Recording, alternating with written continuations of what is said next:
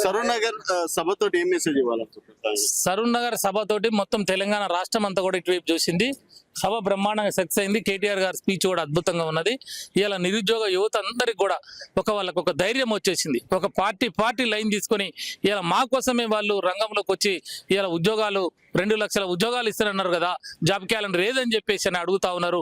తప్పకుండా మాకు ఉద్యోగాలు వస్తాయి, ఈ పార్టీ ఈ నాయకత్వంలోనే ఈ పోరాటంలోనే ముందు పోతామని చెప్పేసి ఇలా ఒక హైదరాబాద్ లో ఉన్న యువతే కాదు, మొత్తం యావత్ తెలంగాణ రాష్ట్రంలో ఉన్నటువంటి యువత మొత్తం కూడా ఆ రోజు కాంగ్రెస్ పార్టీకి మద్దతుగా పనిచేసి ఆ మాయ మాటలు విన్నటువంటి ఆ యువత ఆ రోజు ఇళ్లకు పోయి తల్లిదండ్రుల కాలు మొక్కి, అమ్మమ్మలై నాయనమ్మలై పెద్దమ్మలై కాలు మొక్కి కాంగ్రెస్ పార్టీ ఓట్లు వేపిస్తే 2 సంవత్సరాలు అయిన తర్వాత ఉద్యోగాలు వేయకుండా వాళ్ళ మీద లాఠీ చార్జీలు కొట్టడం, వాళ్ళ మీద కేసులు పెట్టడం, వాళ్ళని జైలుకు పంపడం, ఇవన్నీ చేసిన తర్వాత ఈ కాంగ్రెస్ అనే కార్మబ్బులు వెలిసిపోయిన తర్వాత ఈ రోజు సరూర్ నగర్ స్టేడియంలో హాయిగా వచ్చేసి ఇలా బీఆర్ఎస్ నాయకత్వంలోనే మళ్ళా మాకు ఉద్యోగాలు వస్తాయని ఒక నమ్మకంతో వాళ్ళు ముందుకు వస్తా ఉన్నారు.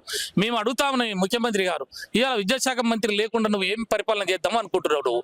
ఇవాళ నీ పార్టీలో ఉన్నటువంటి కోదండరాం సారు ఒక ఎమ్మెల్సీ ఉన్నాడు, ఆయన తెలంగాణ ఉద్యమంలో ఉన్నాడు, విద్యావంతుల వేదికకు చైర్మన్ గా ఉండి పోరాటం చేసినటువంటి వ్యక్తి ఇవాళ కోదండరాంని ఇవాళ విద్యాశాఖ మంత్రిగా ఎందుకు మీరు పెట్టరని నేను అడుగుతా ఉన్నా.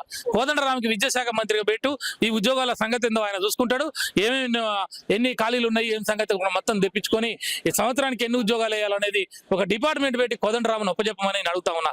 అదేవిధంగా అద్దంకి దయాకర్, ఆయన ఒక దళిత బహుజన వర్గాల నుంచి వచ్చినటువంటి వ్యక్తి, ఉద్యమకారుడు, ఉద్యమాల నుంచి ఉన్నటువంటి నేత కాబట్టి ఆయన మంచి చెడు తెలుసు కాబట్టి ఈ తెలంగాణ రాష్ట్రానికి హోంమంత్రిగా ఆయన ఎందుకు పెట్టమని మేము అడుగుతా ఉన్నాం. ఇవాళ అద్దంకి దయాకర్ హోంమంత్రిని చేయి, ఇవాళ ఒక హోంమంత్రిగా రివ్యూ చేయడానికి ఒక రోజు మొత్తం కూడా సరిపోదు.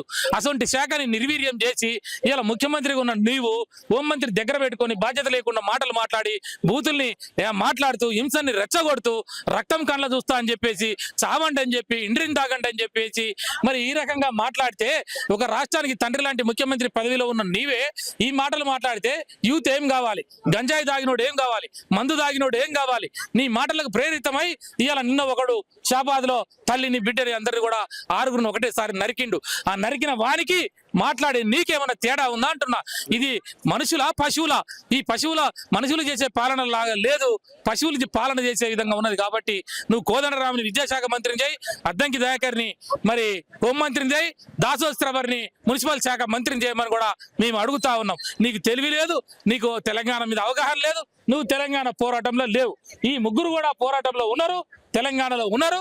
తెలంగాణ మీద ఆర్థిక రాజకీయ అంశాల మీద వాళ్ళకి అవగాహన ఉన్నది కాబట్టి ఈ ముగ్గురిని కూడా నువ్వు మంత్రిని చేయాలని చెప్పి హెచ్చరిక చేస్తా ఉన్నాం.